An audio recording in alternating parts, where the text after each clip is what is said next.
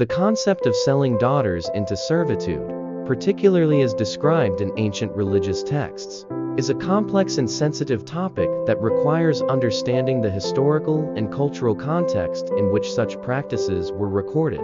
One of the most commonly cited examples comes from the Bible, specifically in the Old Testament, biblical context, Exodus 21, 7-11. The practice of selling daughters into servitude is referenced in Exodus 21, 7-11, part of the Mosaic law that governed the Israelites.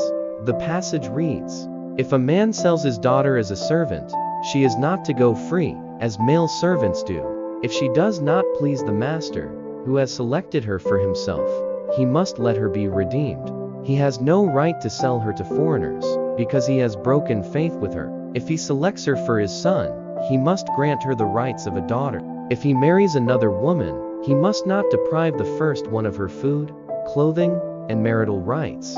If he does not provide her with these three things, she is to go free, without any payment of money."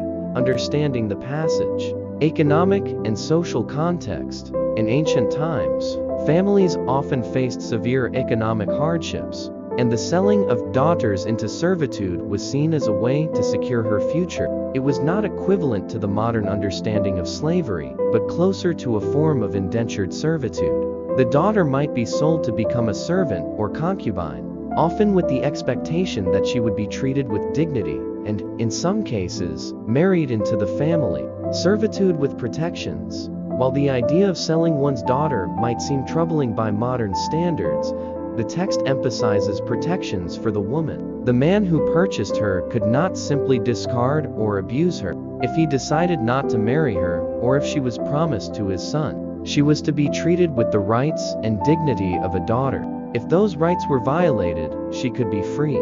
Moral and religious considerations. From a theological perspective, many argue that these laws were given in a time of great inequality and were meant to provide structure and protections for women in a patriarchal society. The focus was on ensuring that even within such a system, there was a moral responsibility to treat women with care. Broader ethical debate. The notion of servitude, especially involving daughters, has been debated among scholars, theologians, and ethicists. Critics highlight the difficulty of reconciling these passages with modern ideas of gender equality and human rights. Some argue that these laws reflect a specific time and place, and that modern readers must interpret them within the context of an evolving moral framework. Conclusion: a historical artifact. The passage in Exodus reflects a complex cultural and religious system that was designed to regulate social interactions in an ancient world.